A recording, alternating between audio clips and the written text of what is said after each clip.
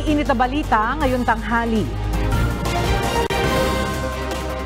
Pangulong Ferdinand Marcos Jr. nasa Washington DC na para dumalo sa Trilateral Leaders Summit.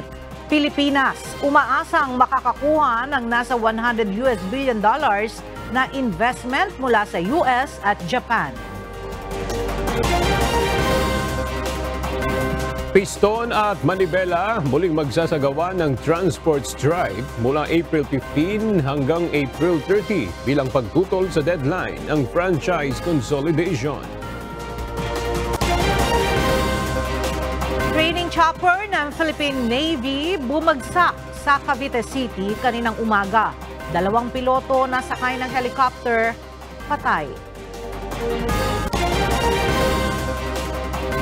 Bilang ng mga Pilipinong walang trabaho bumaba sa 1.8 million ayon sa Philippine Statistics Authority.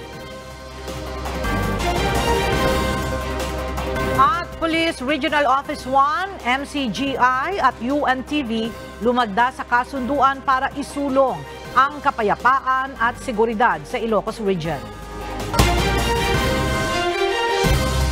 Magandang tanghali mga kasangbahay. Ngayon po ay araw ng Huwebes, April 11, 2024. At una sa mga balita ngayon tanghali.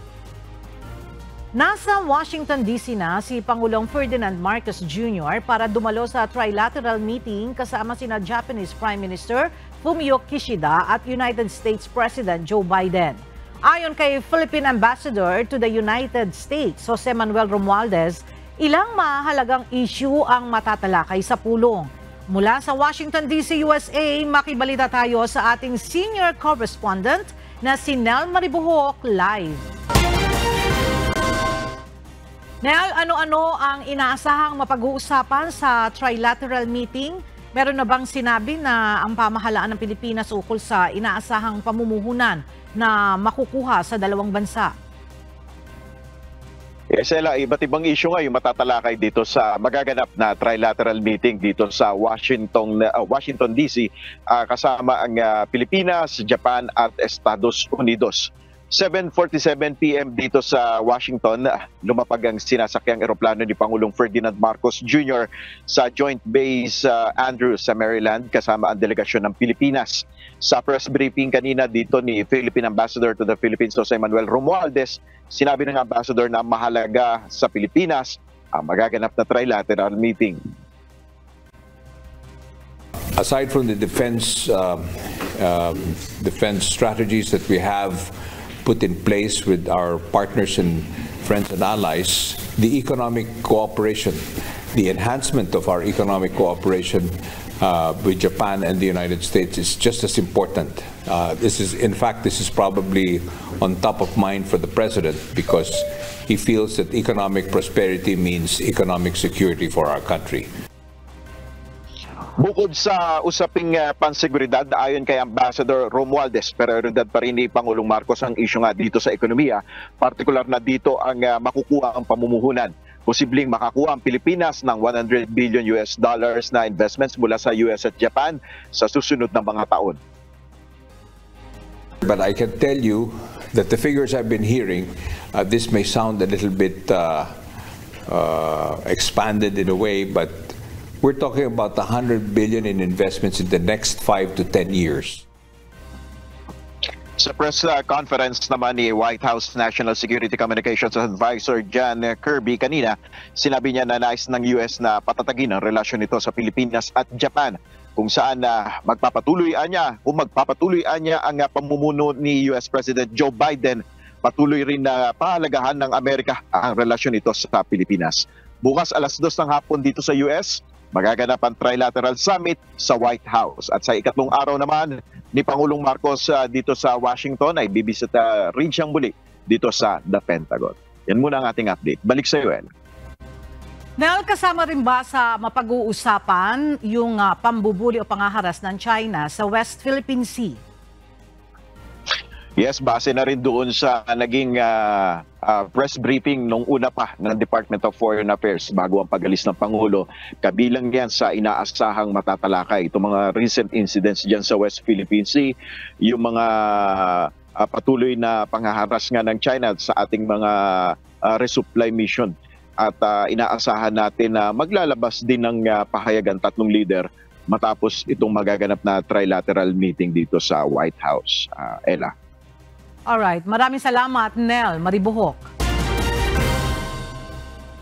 Inihayag ni US President Joe Biden at Japanese Prime Minister Fumio Kishida ang pagpapaigting ng joint military cooperation at pagkakaroon ng isang bagong missile defense system. Bahagi ito ng mas maigting na alyansa ng Estados Unidos at Japan laban sa agresibong aksyon ng China at Russia. 2 oras na tumagal ang pag-uusap ng dalawang lider na nakatuon sa Indo-Pacific region, Ukraine at Gaza War. Bukod dito, napag-usapan din ang tensyonadong ugnayan ng Taiwan at China. This is the most significant upgrade in our alliance since it was first established. Unilateral attempts to change status quo by force or coercion is absolutely unacceptable wherever it may be. Naniniwala ang liderato ng Kamara na magkakaroon ng malaking benepisyo sa ekonomiya ng Pilipinas ang isasagawang Trilateral Leaders Summit. Ang detalye sa ulat ni Rosalie Coz. Maigting na hakbang upang maitaguyod ang ugnayang pang-ekonomiya, kapayapaan sa Indo-Pacific region at kooperasyon. Ito ang pinaniniwalaan ng ilang House leaders na magiging resulta sa Philippine-Japan-USA Leaders Summit sa Washington, D.C.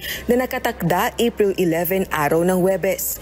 Batay kay Speaker Martin Romualdez, ang taong bayan na makikinabang dahil sentro ng Trilateral Leaders Summit ang economic cooperation. Dahil sa mas maigting na economic integration ng Pilipinas sa Estados Unidos at Japan, lilikha ito ng mga trabaho at iba pang livelihood opportunities para sa ating mga kababayan. Ayon naman kay House Assistant Majority Leader Lanao del Sur 1st District Representative Sia Alonto Adyong, mahalaga ang ganitong pagpupulong at kolaborasyon upang matugunan ang mga hamon sa Indo-Pacific region. Pagpapatibay naman sa economic partnership at pagsusulong ng regional security ang dulot ng Trilateral Summit ayon kay La Union 1st District Representative Francisco Paulo Ortega. Giit naman ni Assistant Majority Leader Zambales 1st District Representative Jefferson Conghun, kinakailangan ng ganitong multilateral engagements upang mas maunawaan at mapaigting pa ang kooperasyon sa mga mamamayan ng tatlong bansa. Rosalie Coz, UNTV News and Rescue. Diyos ang aming sandigan, serbisyo publiko ang aming pinahahalagahan. Ikinagulat ni Pangulong Ferdinand Marcos Jr. ang tungkol sa umano'y gentleman's agreement ni dating Pangulong Rodrigo Duterte sa China. Ayon kay PBBM, wala umano siyang alam tungkol sa nasabing secret agreement maging ang iba pang mga opisyal ng kanyang administrasyon. Narito ang report ni Bernard Nadis. Nasindak o nabigla si Pangulong Ferdinand Marcos Jr. sa umano'y gentleman's agreement ni dating Pangulong Rodrigo Duterte sa China. Ang nasabing kasunduan ay may kinalaman umano sa BRP Sierra Madre na nakaistasyon sa Ayungin Shoal na bahagi ng pinagtatalunang teritoryo sa West Philippine Sea. Sa ambush interview, sinabi ni PBBM na ikinagulat niya ang nasabing secret agreement. Wala rin umanong record ang kasalukuyang administrasyon tungkol dito. I am horrified by the idea that we have compromised through a secret agreement the territory, the sovereignty, and the sovereign rights of the Philippines. It turns out we don't know. It is a secret agreement. We don't know anything about it. There is no documentation. There is no record. There is no... We were not briefed when I came into office. Walang nagsabi sa amin na merong ganung usapan. Questionable para sa Pangulo ang nasabing kasunduan kung saan kinakailangan pa umanong humingi ng permiso ng Pilipinas para gumalaw sa loob ng ating teritoryo. Hindi pa namin alam kung ano ba talaga yung agreement na yan. But kung ang sinasabi sa agreement na yan na kailangan tayong magpermiso sa ibang bansa para gumalaw sa ating sariling teritoryo, mahirap siguro sundan yung ganyang klaseng agreement. Ayon kay PBBM, nakikipag-ugnayan na sila sa mga dating opisyal ng nakaraang administrasyon upang malaman ang tungkol sa nasabing secret agreement. We are talking to his former officials, maybe not the president himself, but all his former officials. Tinatanong namin, ano ba yan? Ipaliwanag niyo naman sa amin para alam namin yung ginagawa namin.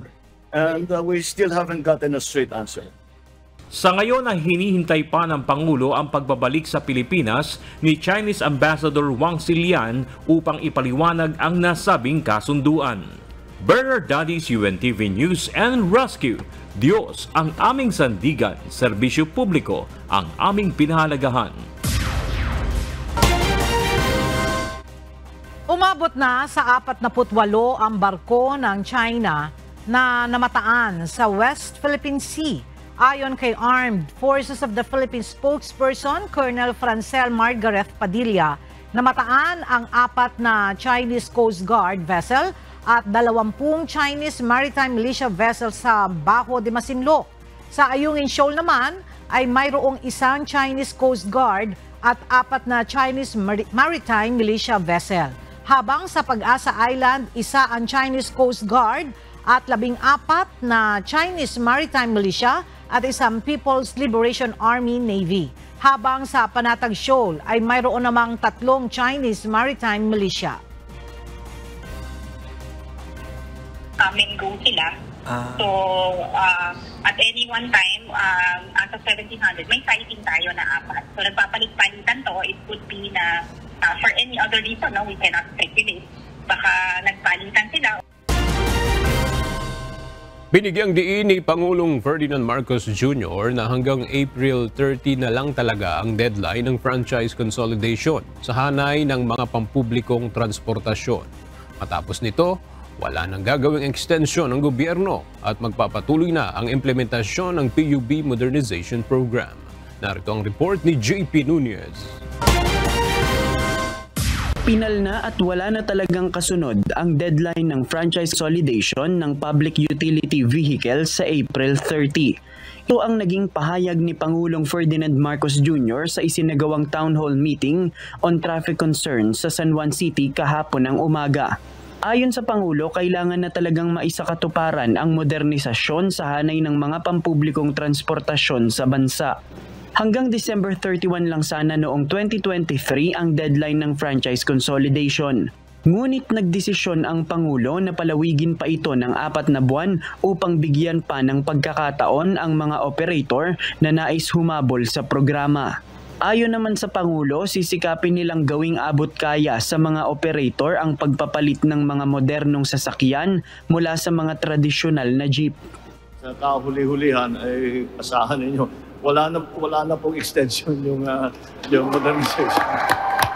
Ang tinitiyak lang namin na hindi mapabigat pa ang babayaran at iutang ng driver-operator. Kaya ginagawa nating maayos at ginagawa nating well-organized yung sistema na yan. Batay sa datos ng Office of the Transportation Cooperatives, mula sa nasa higit 70% na nakapag-consolidate noong December deadline, umakyat pa ito sa 80% mula nang ma-extend ang consolidation. At para mas madagdagan pa ang mga magko-consolidate, bubuksan ng OTC ang kanilang opisina maging sa araw ng Sabado. Itong remaining days ng April, bawat Sabado ay magbubukas ang Office of Transportation Cooperatives para talagang mapagbigyan natin, talagang ma-accommodate natin yung mga gustong humabol pa. Ipinagpapasalamat naman ng Pasang Mazda na matatapos na rin ang franchise consolidation. Kabilang sila sa sumuporta sa Public Utility Vehicle Modernization Program dahil naniniwala ang mga ito na mas maayos ang mga modernong jeepney. At sa pamamagitan ng PUVMP, maiiwasan din ang unahan sa pagkuha ng mga pasahero ng mga tsuper ng pampublikong transportasyon. Dinaldukan ng Pangulo, aming ikinututuwa ito at ito yung napakalaking indikasyon na ang hanay ng transportasyon ay mahalaga sa ating bayan.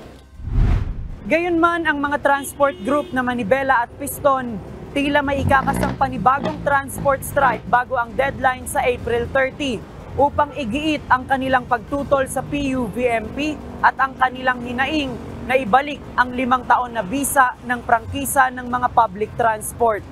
JP Nunez, UNTV, News and Rescue. Diyos ang aming sandigan, serbisyo publiko ang aming pinahahalagahan. Muling magsasagawa ng transport strike ang grupong Piston at Manibela na mag-uumpisa sa Lunes, April 15 at tatagal hanggang sa April 30. Ito ay bilang pagkondena pa rin sa nalalapit na deadline ng franchise consolidation na bahagi ng Public Utility Vehicle Modernization Program. At mula sa Quezon City, nagbabalik si JP Nunez live. JP, bakit napakahaba yata ng gagawing transport strike ng Piston at Manibela? Ella, paraan nga yan ng Manibela at ng Piston para ipahayag yung kanilang hinaing dun nga sa pagbasura ng Omnibus Franchising Guidelines o yung Public Utility Vehicle Modernization Program o PUVMP. Ang nais ng Manibela at Piston, ibalik na lang yung 5 taong bisa ng prangkisa ng mga jeepney kaysa ma-phase out. Inanunsyo nga yan ng 2 transport group dito sa kanilang press conference sa Quezon City na magsasagawa sila ng isang nationwide na transport strike simula sa April 15, araw ng Lunes. Yung 2 araw, magsasagawa sila ng tigil pasada, April 15 at April 16. Habang yung nalalabing araw ng April ay magsasagawa naman sila ng iba't ibang mga programa o kilos protesta. Ayon sa mga transport group, nasa 80,000 hanggang 100,000 na mga operator at jeepney driver ang lalahok sa strike nationwide. Pinag-aaralan pa ng Manibela at Piston kung magsasagawa ng caravan na sisimulan sa Circle at itutuloy sa EDSA Shrine o sa Mindiola sa Maynila. Ayon pa sa 2 grupo, bibiyahe pa rin ang kanilang mga miyembro pagkatapos ng deadline ng franchise consolidation sa April 30. Ito'y dahil ang Kongreso lang umano ang dapat magpawalang bisa ng prangkisa ng mga jeepney. Kahapon nga sinabi ni Pangulong Ferdinand Marcos Jr. na ang nasabing sinabi ni Pangulong Ferdinand Marcos Jr. na wala na talagang extension yung deadline ng franchise consolidation sa April 30. Sa ngayon, yan muna ang ating latest live mula dito sa Quezon City. Balik sa'yo, Ella. JP, ilan na ba ang nakapag-consolidate? Ilang porsyento? Ella, dun sa latest data na nakuha natin sa Department of Transportation, nasa 77% nung lahat ng mga PUV sa buong bansa na halos nasa 200,000 yon. Combination na yon ng lahat ng klase ng mga public utility vehicle, kasama na yung mga bus, yung mga iba pang mode of transportation, bukod doon sa mga traditional na jeep. Ella? Alright, maraming salamat, JP Nunez. Pinamamadali na ng Alliance of Transport Operators and Drivers Association of the Philippines o ALTODAP sa Land Transportation, Franchising and Regulatory Board o LTFRB ang resolusyon sa kanilang hiling na dagdag pasahe.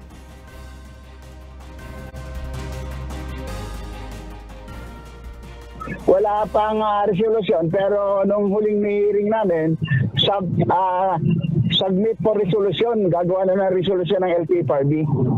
Pero wala pa. Naipasa na rin nila ang mga kailangang dokumento sa LTFRB sa kanilang pagpupulong sa LTFRB noong nakaraang buwan, kaya subject for resolution na ang kanilang petisyon. Sakaling maaprubahan ang kanilang kahilingan mula sa kasalukuyang 13 pesos ay magiging 15 pesos na ang minimum na pasahe sa jeep. Bumaba ang bilang ng mga Pilipinong walang trabaho base sa latest report ng Philippine Statistics Authority. Sa datos ng PSA, bumaba sa 1.8 million ang bilang ng mga Pilipinong walang trabaho para sa buwan ng Pebrero ngayong taon. At para sa detalye, makibalita tayo kay Rosalie Coz live. Rosalie, gaano kalaki ang ibinaba ng unemployment sa bansa kumpara noong Enero? Ella, kung ikukumpara sa buwan ng Enero, bumaba ang unemployment rate o antas ng kawalan ng hanap buhay sa Pilipinas. Batay ito sa February 2024 Labor Force Survey ng Philippine Statistics Authority o PSA. Mula 4.5% noong January 2024, bumaba sa 3.5% ang unemployment rate noong February 2024. Nangangahulugan itong tinatayang nasa 1.8 million, edad 15 pataas ang mga walang trabaho. Ang February 2024 unemployment rate naman ang pangalawang pinakamababang naitala mula September 2023. Samantala, tumaas naman sa 96.5% ang employment rate o katumbas ng 48.95 million na mga kababayang mayroong hanap buhay. Nananatili namang ang wage and salary workers ang may pinakamalaking share ng employed persons na may 62.9% ng total employed noong February 2024. Balik sa iyo, Ella. Maraming salamat, Rosalie Coz. Hindi maituturing na armed and dangerous ng pambansang pulisya si Kingdom of Jesus Christ leader Apollo Kibuloy. Ayon kay Philippine National Police Chief Police Colonel Jean Fajardo, wala namang kinalaman sa baril ang naging kaso ni Kibuloy at hindi ito nasangkot sa anumang gulo gamit ang kanyang mga armas. Narito ang report ni Lea Ilagan. Pinag-aaralan pa rin ng Philippine National Police kung i-revoke ang lisensya ng mga baril ni Kingdom of Jesus Christ founder Apollo Kibuloy. Base kasi sa tala ng PNP Firearms and Explosives Office o FEO, mayroong 19 na baril si Kibuloy na kinabibilangan ng 18 short firearms at isang rifle. Ayon kay PNP Public Information Office Chief Police Colonel Jean Fajardo, isa sa naturang mga baril ang nag-expire na ang lisensya noong Marso. Bahagi po ng mandate po at authority po ng Firearms and Explosive Office ay kung ang isang individual na binigyan po ng license and own firearms ko, kung ang baril po na iyon particularly ay nagamit po sa isang krimen po o isang kaso, ay automatic po ay magkakaroon po ng immediate review for the possible cancellation and revocation po ng kanyang license to own and possess firearms. In this particular case po, I understand ang kaso po ni Pastor Kibuloy is not related to any use of firearms. Inaalam na rin aniya ng FEO kung ang kasong child abuse ay maaaring maging ground o basihan para kanselahin ang kanyang license to own and possess firearms at firearms registration. Kaugnay nito, sinabi din ng PNP na hindi pa maituturing na armed and dangerous si Kibuloy kahit na nagmamay-ari ito ng 19 na armas. Sa ilalim po ng batas, ang isang individual o isang grupo or association ay entitled po na magmay-ari po ng baril ng more than 15 firearms. Provided po ay ma-meet po niya yung mga qualification and requirements under Republic Act 10591. Particularly po yung siya po ay gun collector, siya po ay miyembro po ng gun club at iba pa po mga parameters and requirements na kailangan niyang comply. Nagpapatuloy ang manhunt operation ng mga pulis at iba pang law enforcement agency laban kay Kibuloy. Ito'y upang isilbi ang warrant of arrest sa mga kasong sexual at child abuse. Kapag tayo po ay nagsasagawa po ng mga police operation, these things are being considered also. But like I said before, na ang gusto natin, kaya ayaw nating magbigay po ng mga ibang specifics pagdating po doon sa mga implementation is ayaw natin na mahaluan ng anumang kakakasan or anumang gulo kung sakasakali po na iserve na po natin itong mga warrant of arrest na inisyu po laban po kay Pastor Kibuloy. We are still hoping and praying na maging mapayapa po yung pagsuko niya. Noong nakaraang linggo, pinuntahan na ng mga pulis ang 3 property ni Kibuloy sa Davao upang isilbi ang warrant of arrest, subalit hindi ito natagpuan. Sumuko na rin sa NBI ang 5 co-accused ng religious leader at nakapaglagak na ng piyansa. Lea Ilagan, UNTV, News and Rescue. Diyos ang aming sandigan, serbisyo publiko ang aming pinahahalagahan. Naisilbi na ng Office of the Senate Sergeant at Arms kahapon ang warrant of arrest laban kay Apollo Kibuloy. Ilang mga properties na ang pinasok ng Senate Security kasama ang National Bureau of Investigation at Philippine National Police pero hindi pa rin nakikita si Kibuloy. Narito ang report ni Lane Moreno. Isinilbi na kahapon, April 10, ng Office of the Senate Sergeant at Arms ang warrant of arrest laban kay Kingdom of Jesus Christ o KOJC religious group leader Apollo Kibuloy. Pinaaresto ng Senado si Kibuloy dahil sa pagtanggi nitong dumalo sa mga hearing ng Senate Committee on Women, Children, Family Relations and Gender Equality dahil sa mga reklamong child at sexual abuse na kinasasakutan nito.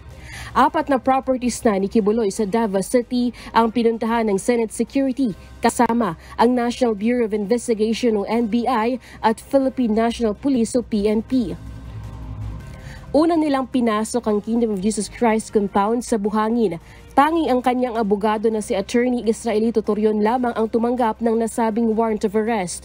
Sunod na kanilang pinuntahan ang kanyang resort sa Samal Island.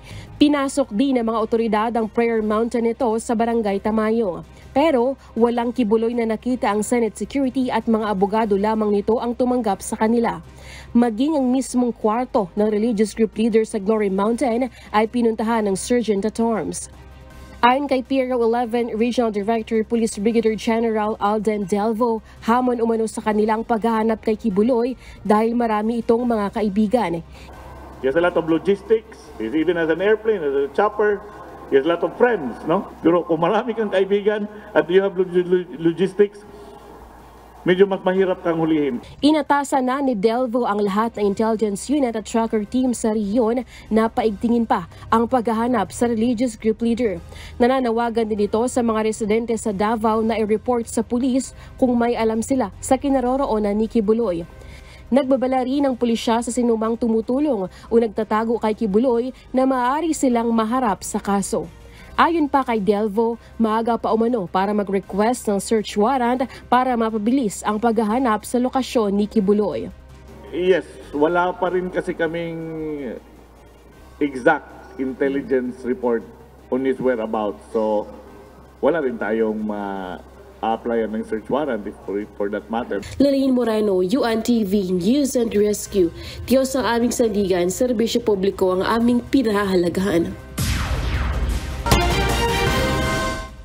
Nagpapatuloy ang nararanasang mainit na panahon sa bansa ayon sa Pag-asa. Nakikipag-ugnayan na rin ang Weather Bureau sa DepEd at Commission on Higher Education para sa pagbuo ng panuntunan ukol sa class suspension. Nagpaalala naman ang mga health expert na mahalaga ang magandang ventilasyon sa mga kwarto kapag ganito kainit ang panahon. Ang detalye sa ulat ni Jed Neresina. Mainit na temperatura hanggang kalagitnaan ng Mayo. Ito ang pagtaya ng Philippine Atmospheric, Geophysical and Astronomical Services Administration o Pag-asa. Ayon kay weather specialist Benison Estareja, nakapagtala na sila ng 40 to 41 degrees Celsius heat index dito sa Metro Manila, habang sa ibang lugar sa bansa ay umaabot ito sa 44 degrees Celsius gaya sa Dagupan, Pangasinan. Bunsod ng patuloy na pag-init ng panahon, ilang paaralan at lungsod na ang nagkaroon ng adjustment sa oras ng pasok. Gaya sa Maynila na ginawa na lang half-day o mula alas 6 ng umaga hanggang alas 12 ang klase ng mga mag-aaral hanggang sa susunod na buwan. Habang binawasan na ng Makati City ang oras ng pasok simula noong Lunes, April 8. Ang morning shift ay ginawa ng alas 6 hanggang alas 10 ng umaga, habang ang afternoon shift naman ay mula 3:30 ng hapon hanggang 7:30 ng gabi. Mailang paaralan na rin ang nagpapatupad na muna ng online classes. Ayon sa Pag-asa, nagkakaroon na ng mga hakbang sa pagsasaayos ng guidelines tungkol sa suspensyon ng mga klase dahil sa nararanasang matinding init ng panahon. Yes, sa ngayon nagkakaroon na ng steps ang Pag-asa in coordinating with the Department of Education at saka yung Commission on Higher Education para magkaroon ng implementing guidelines at saka mga rules and regulations kung kailan ba magsususpend ng klase. Ayon naman kay Dr. Bong Santiago, mas maayos na ventilasyon ang kailangan ng mga mag-aaral ngayong mainit na panahon. Paliwanag niya na mas makakaiwas sa sakit ang mga bata kung may maayos na ventilasyon ang lugar kung saan sila nag-aaral. Di ba, lalo na sa mga classrooms, di naman kasi ilan-ilan lang ang estudyante. minsan marami ang grupo yan eh, no? So, lalo ngayon ganitong weather, uso ang mga virus, madaling kapitan ng mga sakit ang ating mga kabataan, pwedeng magkahawa-hawa yan. So, kung well-ventilated, hindi naman sobrang lamig, hindi naman sobrang, of course, hindi naman napakainit talaga, no? May iwasang magkaroon ng mga, especially pulmonary problems or skin problems, kasi yun yung common na pwedeng magkahawa-hawa yung magkakadikit ng mga bata. No? So, ventilation is very important. Kaya payo niya na kung hindi kaya ng paaralan na magkaroon ng maayos na ventilasyon sa mga silid-aralan, mas mainam aniya na sa bahay na lang ang mga estudyante. Kung pwede na well-ventilated yung mga school rooms natin, why not? Okay yun, maganda para magkatuloy-tuloy na mag-aral yung mga bata. Pero of course, kung hindi talaga kaya for the meantime, talagang sa bahay lang muna para maingatan at maiwasan yung mga ganitong side effects sa ating mga estudyante. Makatutulong din ayon kay Doc Bong ang pagbubukas ng mga bintana o kaya paggamit ng appliances na maaaring makabawas sa init. Bukod pa rito, ay kailangan ding patuloy na bantayan ng mga bata sa ganitong mainit ang panahon. I-open ang mga bintana, lagyan ng mga electric fans. May mga electric fan ngayon, di ba? Nilagyan ng kumisa yelo pa para paglabas nung mist, malamig, di ba? So kung pwede naman yun. Kung nasa loob naman ng kwarto, tapos well-ventilated naman, kung hindi man air condition, basta may mga electric fan or even exhaust fan na po pwedeng makatulong.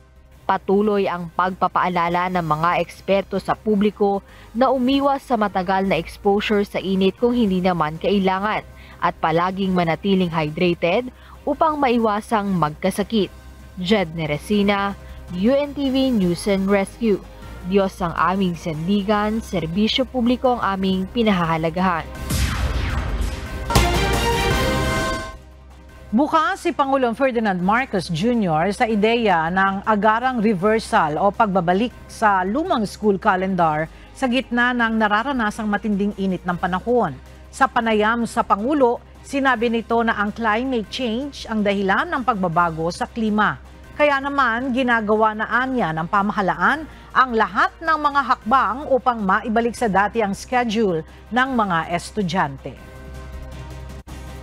May consensus na talaga na mas maganda yung dating schedule. Kaya hindi naman sinasabi na hindi natin gagawin before next year or the year after that. Susubukan namin gawin, sa ating palagay, baka mahirapan pa tayo. Ngunit hanggat may paraan, gagawin natin ang paraan para mapaaga at mapabilis ang pagbalik sa normal na schedule ng mga bata. Nauna nang sinabi ni Vice President at Education Secretary Sara Duterte na nagsagawa na sila ng consultation tungkol sa planong pagbabalik ng dating school calendar. Gayunman, ipinaliwanag ng Vice Presidente na hindi ito maaaring madaliin upang hindi makompromiso ang schedule ng pahinga ng mga guro at mga mag-aaral. Hihingi ng paglilinaw ang Department of Education kay Pangulong Ferdinand Marcos Jr. sa mga bago nitong pahayag kaugnay sa pagre-revert sa lumang school calendar. Kasunod ito ng mga sinabi ng Pangulo kahapon na gagawin ng pamahalaan ang lahat ng paraan upang mapaaga at mapabilis ang pagbabalik ng June to March school schedule. Tiniyak naman ng DepEd na patuloy silang nagsusumikap na mapagbuti pa ang kalidad ng edukasyon sa bansa sa gitna ng mga kinahaharap na hamon.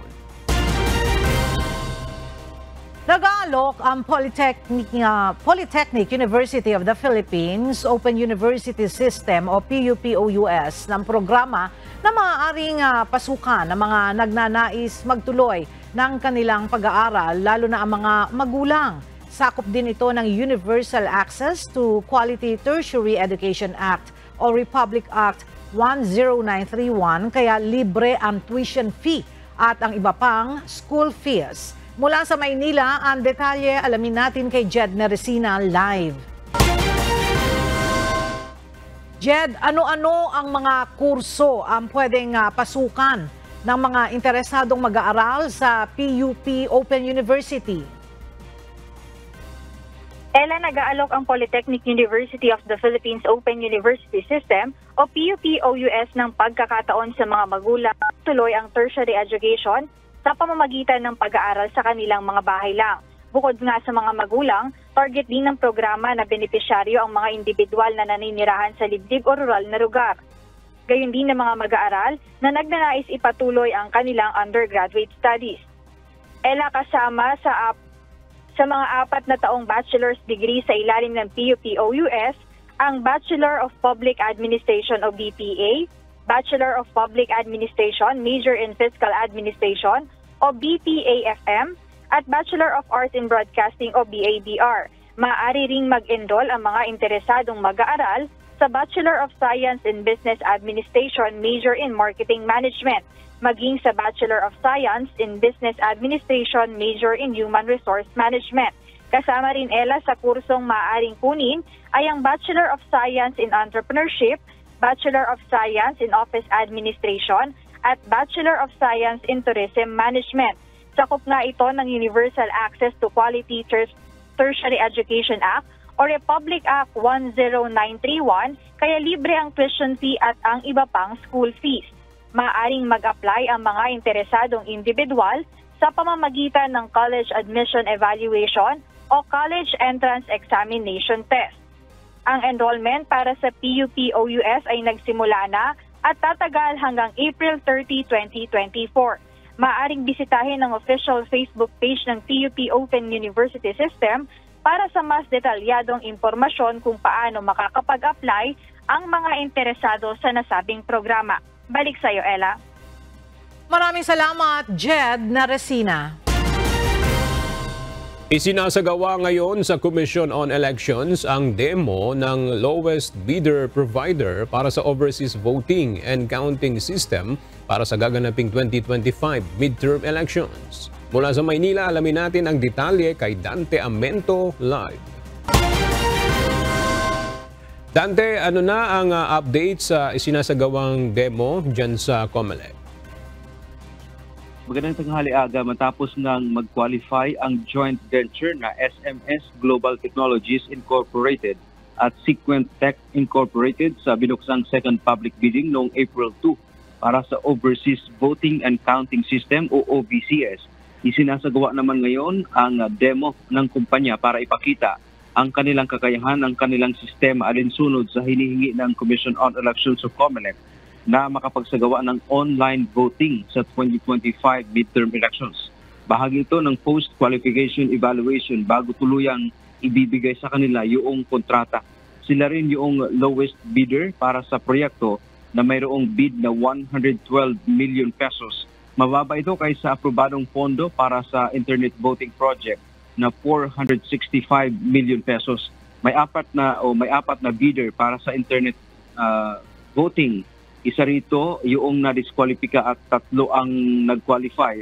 Pero dahil ito ng SMS Global Technologies Incorporated ang may pinakamababang bid, sila yung nagpatuloy sa proseso ng bidding. Inaasahan na sa 2025 elections, yung ating mga kababayang mga OFW, mga Marino, ay gagamit na lamang ng application sa halalan, hindi na po kinakailangang pupunta sa mga embahada o konsulado ng Pilipinas.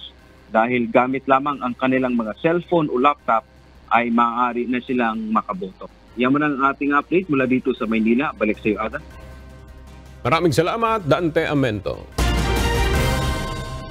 Sinusulong ngayon ng isang senador na magtakda ng mas mahabang termino para sa mga barangay official. Naniniwala ang mambabatas na hindi sapat ang 3 taong termino para sa mga opisyal ng barangay upang maipatupad ang kanilang mga programa. Mula sa Senado, may report si Herlin Delgado live. Herlin, ilang taon itong ipinapanukala ng termino para sa mga opisyal ng barangay at ano ang dahilan nito? Ella, 6 na taong termino ang isinusulong ni Senator Amy Marcos para sa mga barangay official. Inihain ng senadora ang Senate Bill 2629 na layong itakda sa 6 na taon ang term of office ng lahat ng elected barangay official sa bansa. Sa ilalim ng panukalang batas, hindi papayagan ang mga barangay elective officials na magsilbi ng lagpas sa 2 magkasunod na termino sa iisang posisyon. Nakasaad din sa panukala na isasagawa ang susunod na regular barangay elections sa huling Lunes ng buwan ng Oktubre sa taong 2029 at sa kada 6 na taon.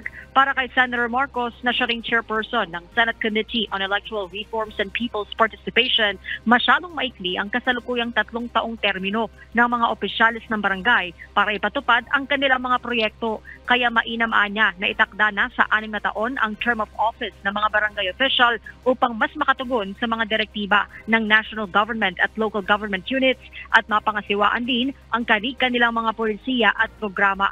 Dagdag pa ng presidential sister, mas makatitipid umano ang gobyerno kung kada 6 na taon na ang pagsasagawa ng barangay elections. Ella, suportado naman ng Commission on Elections o COMELEC ang panukala. Ayon kay COMELEC Chairman George Erwin Garcia, hindi nakatakda sa saligang batas ang haba ng termino ng barangay officials. At yun muna ang update mula rito sa Senado. Balik sa iyo, Ella. Maraming salamat, Herlene Delgado.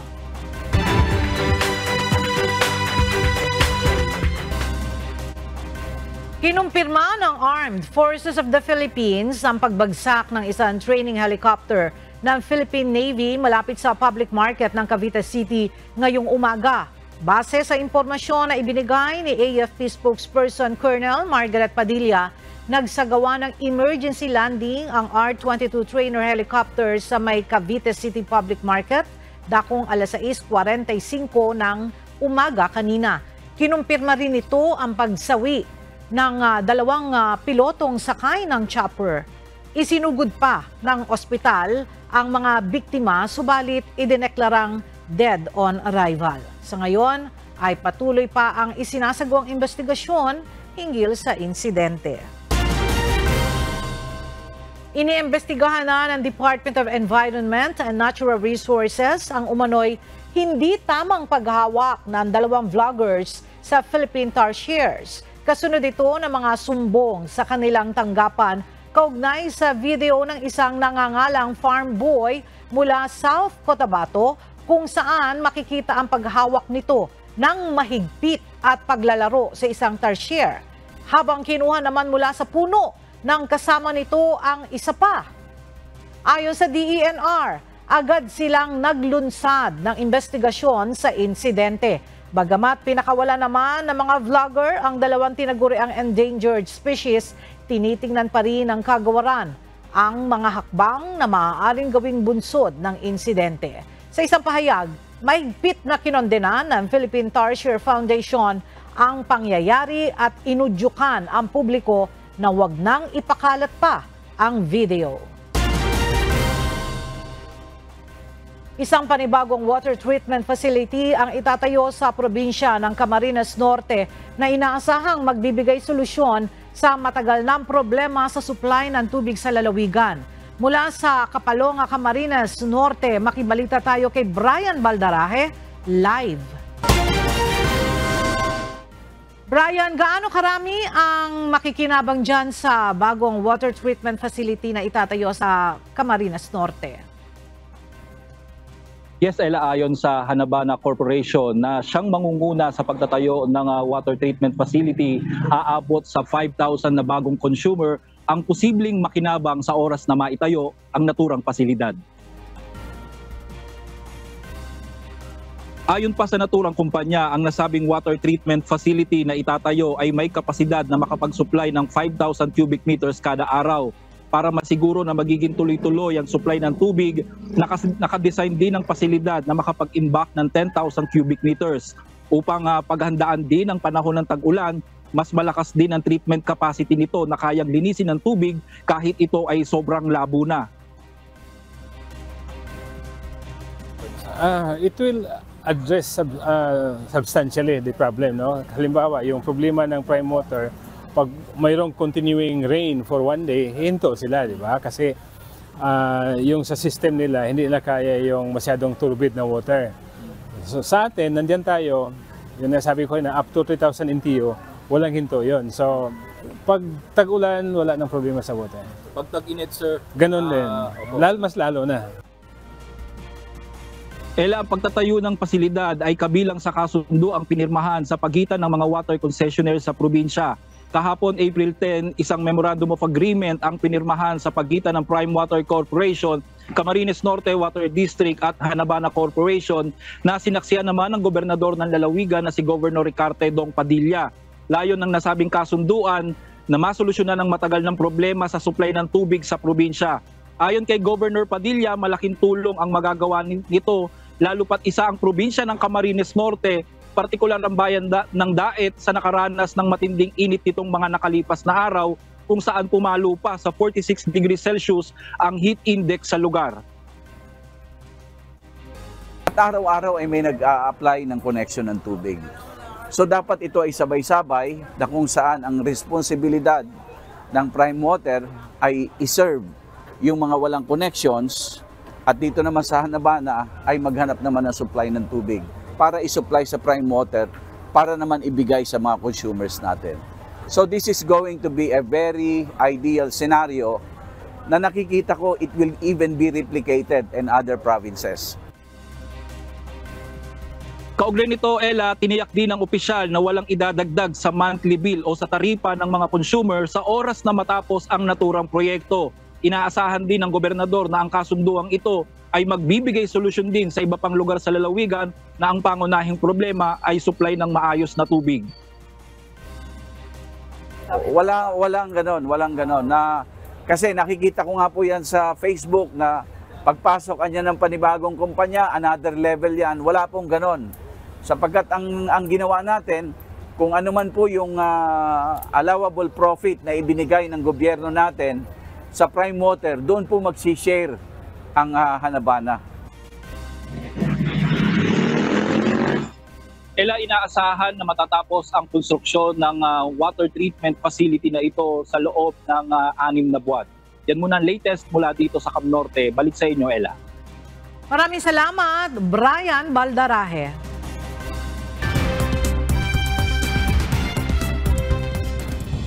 Umakyat na sa 16 na tao ang bilang ng mga nasawi bunsod ng malakas na lindol sa Taiwan noong nakalipas na linggo. Batay sa mga opisyal, natagpuan ang 3 pang labi sa isang hiking trail. Mahigit din sa 1,100 na tao ang nagtamo ng pinsala sa katawan dahil sa 7.2 magnitude na lindol noong April 3. Pinaniniwala ang nakatulong ang estriktong building codes at malawakang kahandaan laban sa sakuna upang maiwasan ang mas mataas na bilang ng casualties. Samantala, sa update ng Department of Migrant Workers, nasa 15 mga Pilipino na ang naiulat na sugatan matapos ang nangyaring lindol sa Taiwan. Gayunman, naipagamot na ang sugat na tinamo ng ating mga kababayan at ngayon ay nasa maayos na silang kondisyon. Mahigit sa 110,000 mga residente sa Russia at Kazakhstan ang persahang pinalikas dahil sa mabilis na pagkatunaw ng niebe na nagpaapaw sa Ural River, pangatlo sa pinakamahabang ilog sa Europe. Bunsod nito, nagbaha ang maraming lungsod at bayan na malapit sa ilog. Mahigit na sa 5 araw na apektado ang dalawang bansa sa pagtaas ng tubig at nagdeklara na ng state of emergency. Nagbabala rin ang Kremlin na lalala pa ang sitwasyon sa ilang bahagi ng Ural at Siberian regions.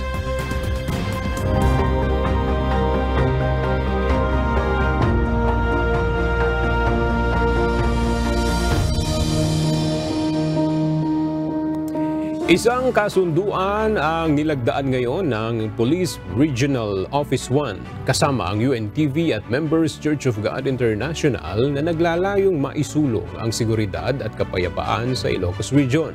Isinagawa ang pirmahan ng Memorandum of Understanding sa Camp Florendo, San Fernando, La Union ngayong araw. At para sa detalye, makibalita tayo kay Grace Doctolero live.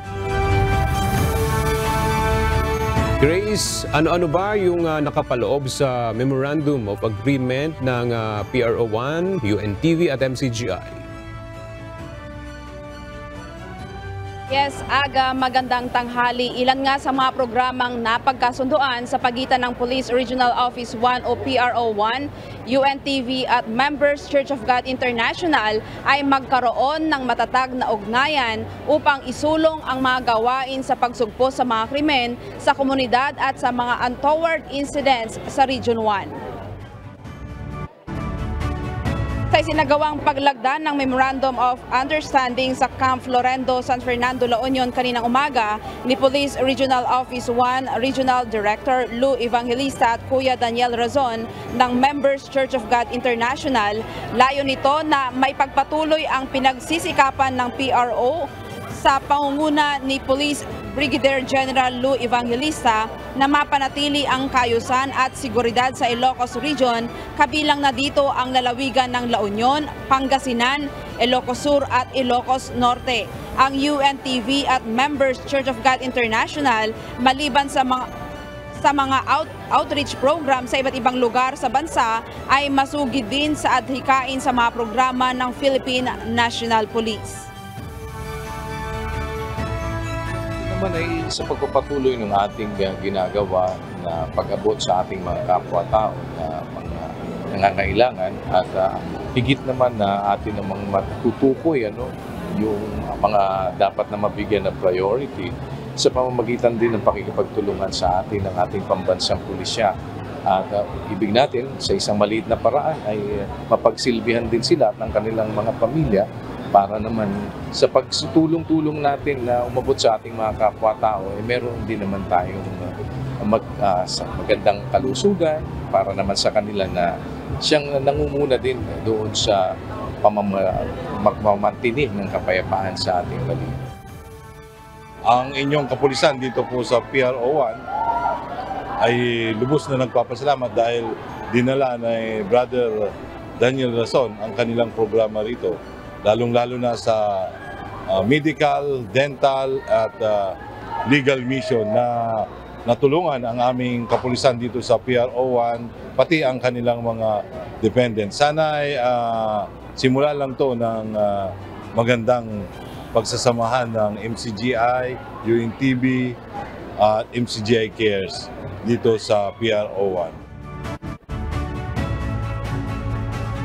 Ang naturang pinagsanid na puwersa ay mas mapapaigting pa ang advokasya laban sa kriminalidad at terorismo sa rehiyon. Kabilang na dito ang insurhensya na isa sa mga hamon sa seguridad ng Ilocos Region.